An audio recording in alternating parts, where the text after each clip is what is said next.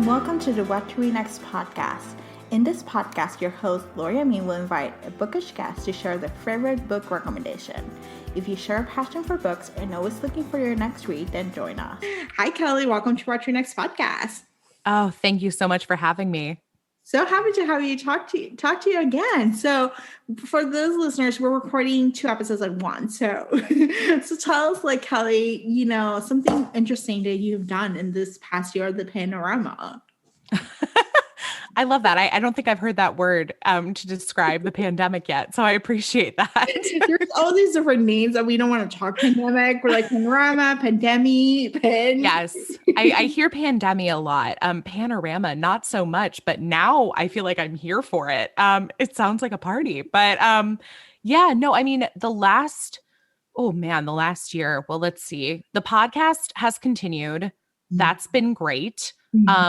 I've also, I think, taken up with doing a lot more interviews with authors on Instagram, and that's been really fun. Like, I love I'm an extrovert. I'm an Aries. I thrive off of talking in general. Like, I mean, there's a reason I have a podcast, but I love talking and interacting with other people. And so living in a studio apartment in a pandemic doesn't give you a lot of opportunities to do that, much less a city that I moved to during the pandemic. I mean, I know you and I are in very similar situations in that way, and that we moved to a city so far away from home, and basically isolated ourselves.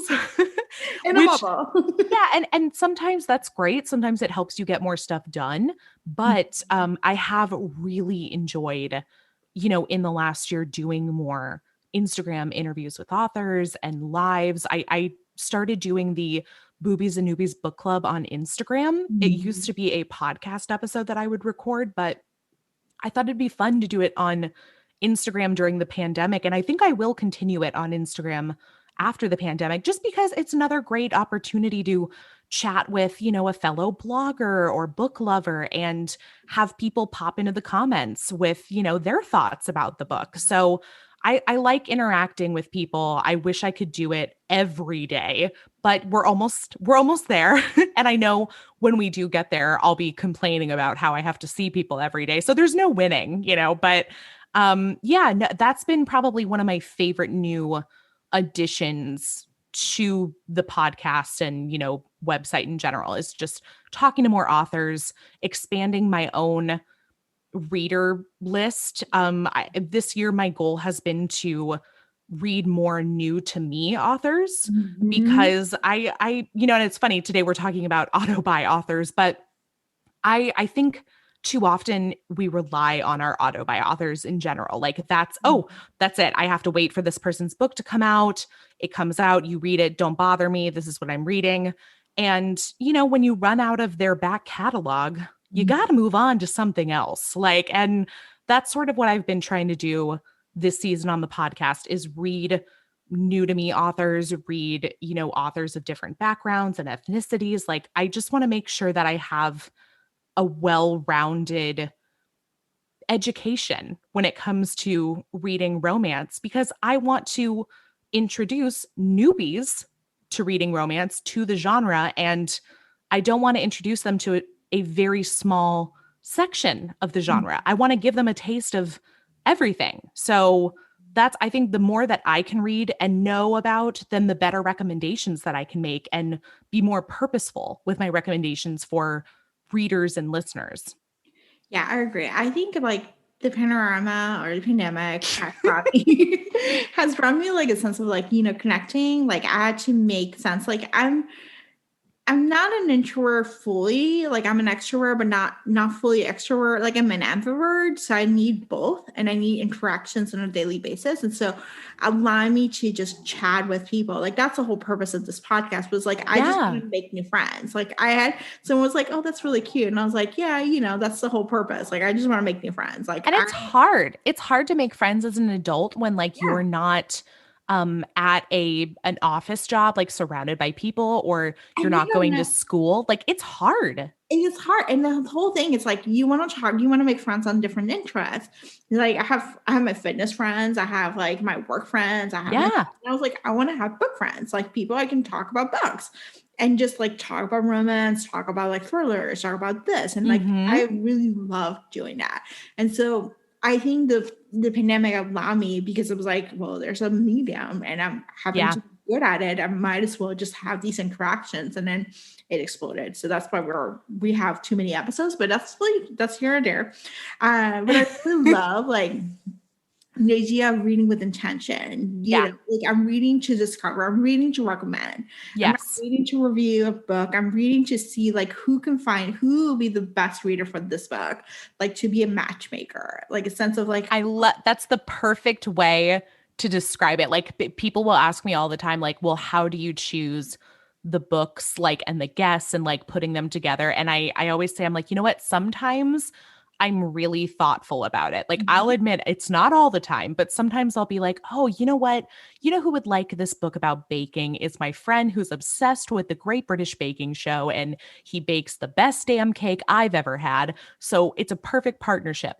But other times it's almost like serendipitous. Like I will choose a book and then choose my guest, and it just works out that that's the book we're going to do. And then while reading, my guest will be like, "Oh my God, did you pick this book about, a sex worker because you know that I used to strip?" And I'm like, "Oh my God, no. Like I can't believe this happened. Like this is fantastic." And so I think by putting out by trying to be more have better intentions with the books that I mhm. do choose and recommend, the universe is rewarding me by also giving me a break on some of the other ones that I'm less specific about.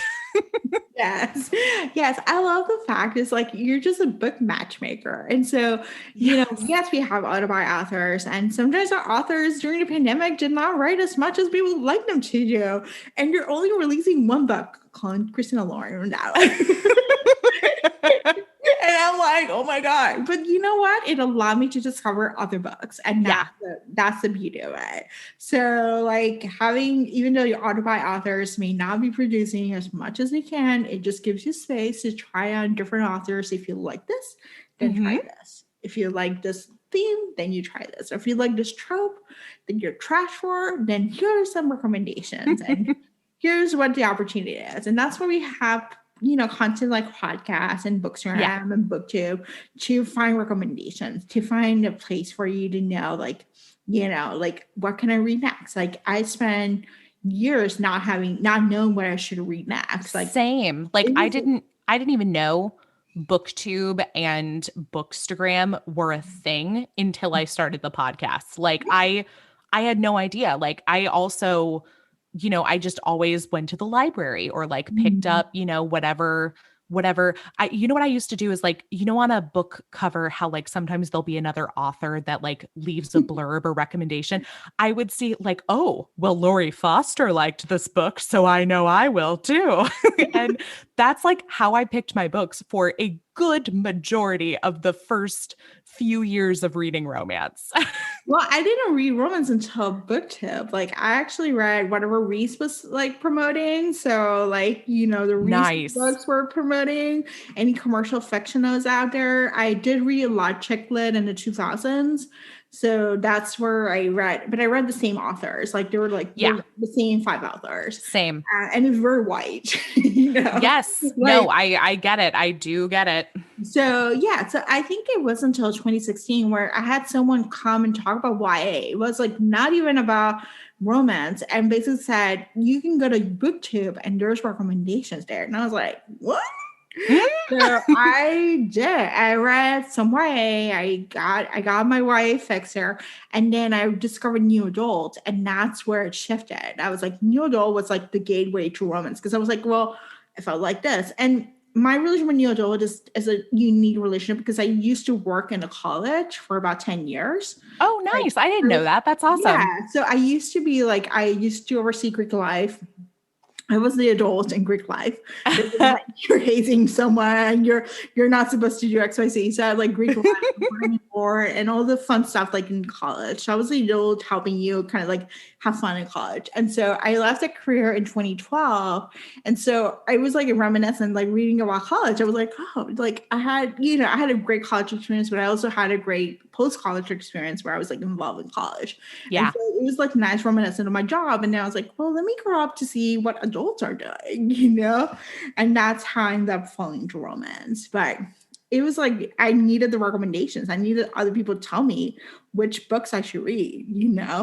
Right. Yeah. No, I'm with you. I'm with you. So, I mean, I'm so thankful for this community that we've, I feel blessed enough to like call myself a part of at this point, just because it's broadened what I do read and the authors that I read. I had no idea what indie romance was when I, came on the scene with the podcast, because I bought my books in a store or I got them at the library. And unfortunately, you won't find a lot of indie romance published at a store or in the library. And They're so starting. They're starting. oh They're yeah, no, starting. it's getting better. But I mean, I feel like a good half, if not more, of the authors that I read regularly today are not ones that I Yeah. knew about whatsoever 5 years ago. So I'm very thankful for this community for that reason. Yeah.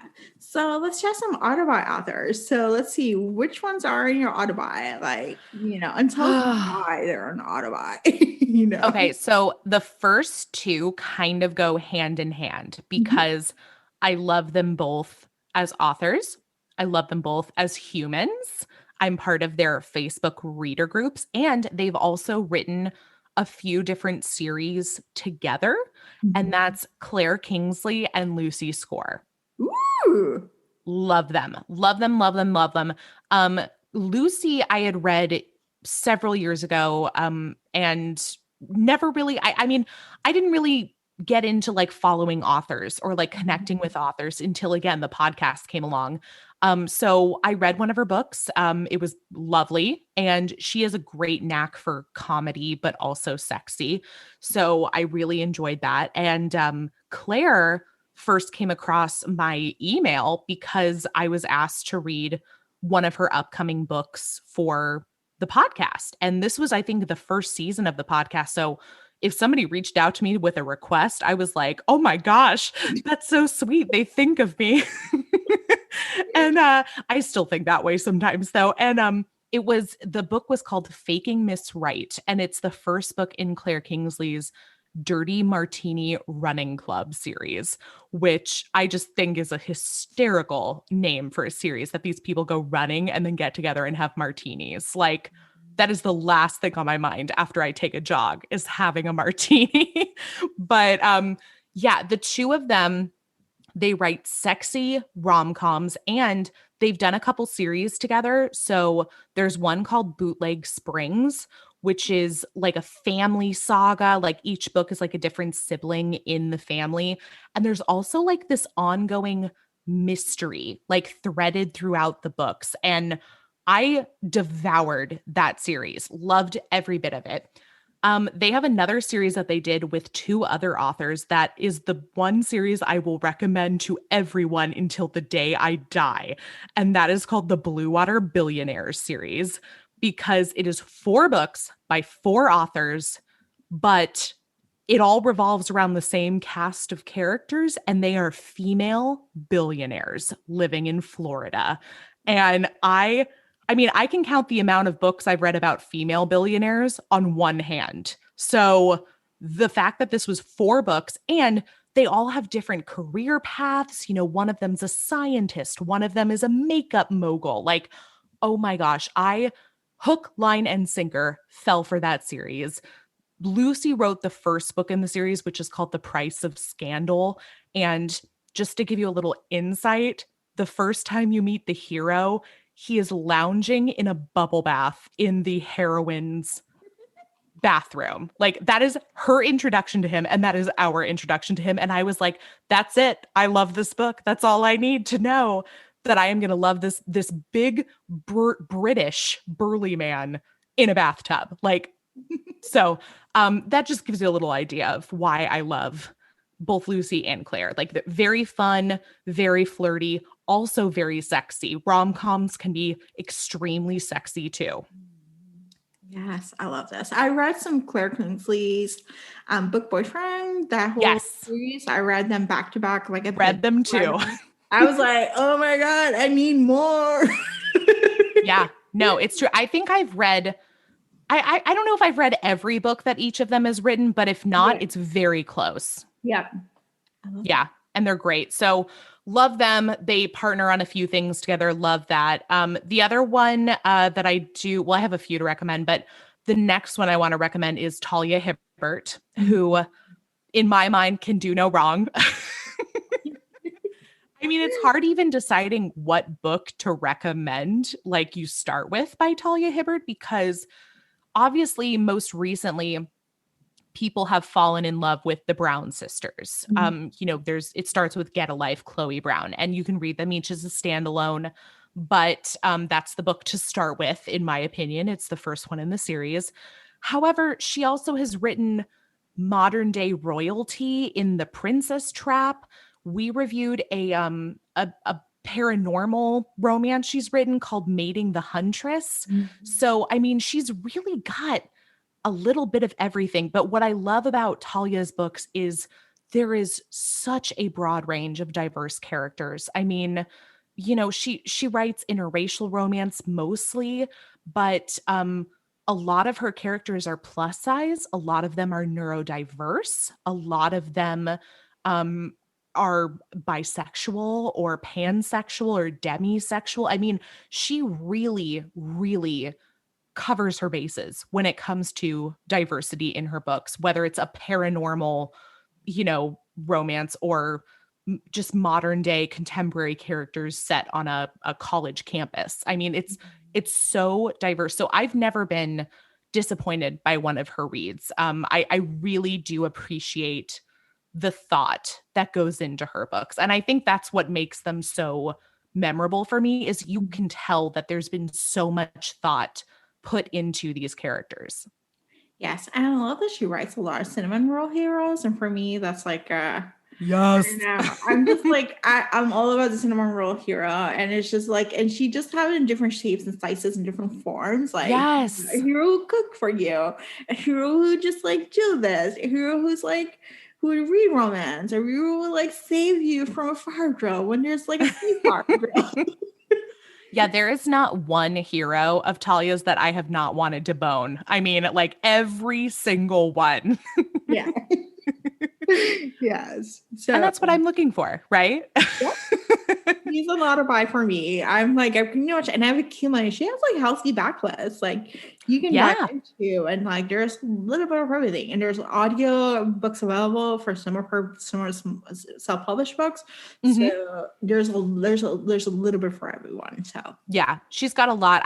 She's an author that I recommend to a lot of people to get started with if they are beginning romance readers just because her books I think are where I see romance going. Like I think they're almost ahead of their time yeah. in that this is like what these are the expectations that I'm now going to have reading romance into the future. Like I want to see the diversity. I want to see different sized and abled characters. Like this is what we should be writing and reading. And so she set a standard and it's a high one.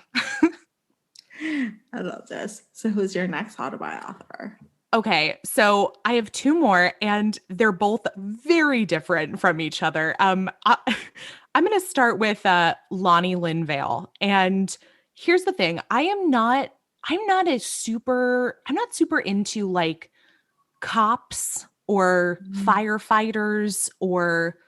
I mean, I guess it's bad to say like public servants don't turn me on, but I don't know. I guess I like to read sort of like the artist more or the chef or you know I'm a very creative person so that appeals to me a lot. So I don't normally read suspense because it has FBI or agents of some kind, like, you know, any sort of espionage. It's not really my go-to thing. And so the fact that I have read almost every series written by Lonnie Linvale. It astounds me. I really don't know what it is. So it's not so much suspense. However, she has several series that all exist within the same universe. Mhm. The one that I started with is called KPD SWAT, and it's the Kilgore Police Department SWAT. So she has a few series that kind of overlap between Kilgore, I think it's Texas, and then there's also like an area in Louisiana that's like close to Texas. Mhm. So you'll see characters from different books in like the different locations appear because they're related to somebody else or they're part of the same motorcycle club. And so that's the thing is it's a combination of police officers who are on the SWAT team together, and they're also part of whatever motorcycle club is in that area. I will say I am a sucker for a motorcycle club romance. So I think it just kind of like ticks a lot of boxes for me. But what I love most is that after she wrote KPD SWAT, she came out this past year, I think it was last year that she did it, where every month there was a new book in this series called KPD SWAT Generation 2.0. And it's the children of the first original KPD SWAT members all grown up and them falling in love. And the way first of all, anybody who can write 12 books in 1 year, like I just don't understand. But it was really a cute idea because the way she framed it was that they were all posing for a KPD SWAT calendar.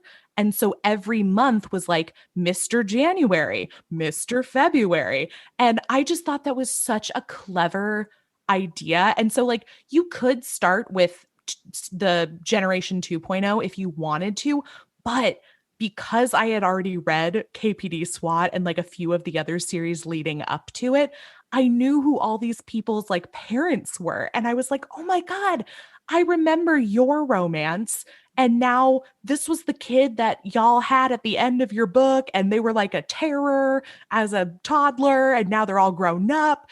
I loved that. It's the only series that I've read that's done that. I know it's not the only one out there that's like that. Like there are tons of There's a books out there. couple. Yeah. So Jay Cournover is coming up with the Markman generation, next generation. Okay. They're getting kids from the same generation. So if you like, so Jay Cournover's Markman is tattoo man. They have a tattoo artist, Ooh. tattoo shop, and they'll have dick piercings. They'll have different types of dick Yes. piercings. Like not Yes, even like they're all yes, the same. They yes. all have different types of it. So there's like 8 books in a series. It's like delicious. So she just came up that she's gonna write the next generation, and then she's like, "You Oh. have to buy the next book because I'm not gonna commit to doing more." And I was like, "I'm sorry, but I want the whole series." So I'm Yes. telling everyone they need to buy the next book so he Okay. can write more.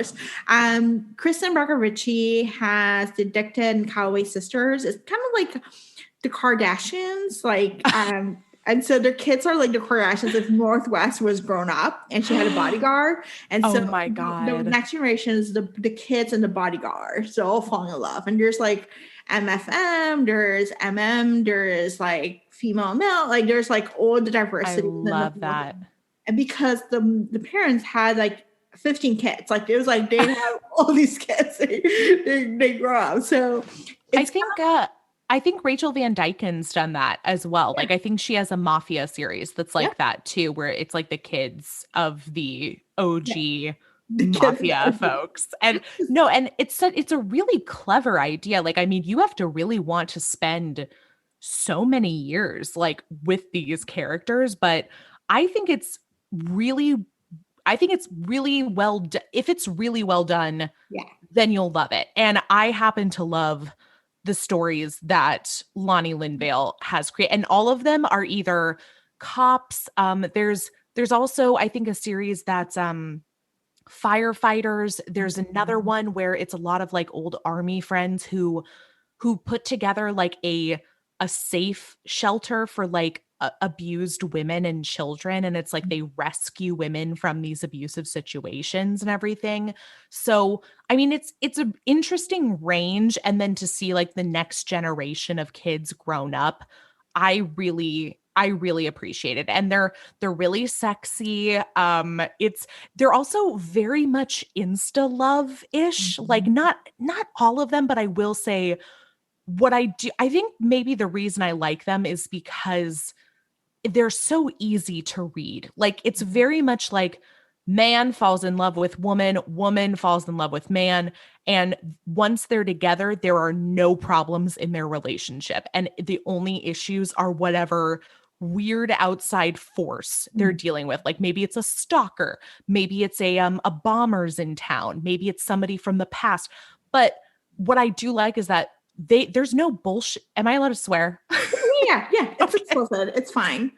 there's no bullshit in the relationship. There's none of the oh, there's a stupid misunderstanding, or like I thought he cheated on me. No, like that is the one thing that I love about these books is that once they're together, they're together. That's it. Like maybe there's an accidental pregnancy, but guess what? Everyone's excited, so it's fine. Like so you never have anything to worry about as far as the relationships themselves, which is not my usual go-to, but I think that's why she's one of my Autobuy authors, is like I always have her to fall back on. I love this. And she's prolific. So you have enough books. There are, oh my God, there are so many. Like I still think I have more to read. And she's one of my most reread authors too, because I will read her books at night before falling asleep because I already know what's going to happen. I already know everything's okay. I already know that I don't need to worry. And so there's something comforting about that is what I need right before bed. The last one I'm going to recommend, this will surprise you, Laura, because this is so not what I talk about on the podcast. I don't usually review books like this. I don't talk about them. I don't recommend them. Lauren Donner writes 2 series that I love. One of them is about aliens, and one of them is called the New Species series. Oh my God. I've been dying to have an alien romance person come and talk about this. So I could not, for the life of me, tell you how I fell in love with her books. Like, I don't know why I picked one up. I don't know what it was that kept me coming back, but I just was like, this is different. And I think part of it is like years ago when I first got into romance, one of the authors that I was reading a lot of was Laura Lee. And she has a series called the Breed series. And, you know, the whole idea that it's like humans that have also been kind of like bred mixed genes with animal species. And I don't know, there was something about it that it was like both weird and like interesting to me. And so I think maybe that's how I first found Lauren Donner, but the New Species series is probably my favorite in terms of anything that's kind of shifter like. And they don't even shift. It's not even like a shifter romance, but the whole idea is that there's like it honestly sounds like the perfect setup for like a future television series. Like I can totally see this as a mini series on like HBO, because it's all these people who were bred and like they were like science experiments. I mean, they were like grown in labs and bred with animal DNA. So they call themselves the New Species because they freed themselves from the labs and basically like established their own sense of government. Like they talk about how they're in the United States, but like they communicate with like the president of the United States, and they have like a treaty and a pact and all this stuff. Like I really got into the fact that there's like this whole established government and system like with these people. And so most of the New Species that the books revolve around are men, and they fall in love with human women. And it's you know, a little bit of the whole mating trope where it's like, oh, I recognize something in her, like, you know, and then they get together and it's like she's my mate sort of thing, you know. And I don't know. I kind of liked that. And like I said, I don't usually read that trope. This isn't something that, you know, normally appeals to me, but something about this series I was really into, like, as far as like the science and the government goes, and they they're pretty hot. I mean, I will say, like, they're pretty hot, and there's actually some great humor in them as well. So I that's the series I started with of hers, and then I moved on to she has multiple alien series. So there you go, Laura, my alien romance reading friend. You've got plenty to work with. Let me see. I didn't look up the titles for Cyborg Seduction. That's one of the series. And they're not aliens, I guess, they're cyborgs. Ooh. There's another one called The Vorge Crew. And that one's one of the newer ones. I actually really liked that one. That one is like a bunch of aliens and they're on one spaceship. And I think the ship is called the Vorge. And so that's what it, but basically all of her books, whether it's the new species or the alien, are all about whatever species of male this is mating with a human female. Like it's always a human woman. And then they get together with whoever the male is. But yeah, I'm looking through my Kindle and the amount of Lauren Donner that I have on here is stunning. I love this so much. Yeah. So that's something if you're like, oh, I need my next alien read. Okay, I got you covered. Yes. Oh my gosh, I love this. So, Kelly, tell us where you can find you online. Yeah, absolutely. So boobiesandnoobies.com is my one-stop shop of a website. I've got links to Patreon, to, different places where you can listen to the episodes. You can also listen to them right there on boobiesandnoobies.com. And follow me on Facebook, Instagram, Twitter, all at Boobies Podcast.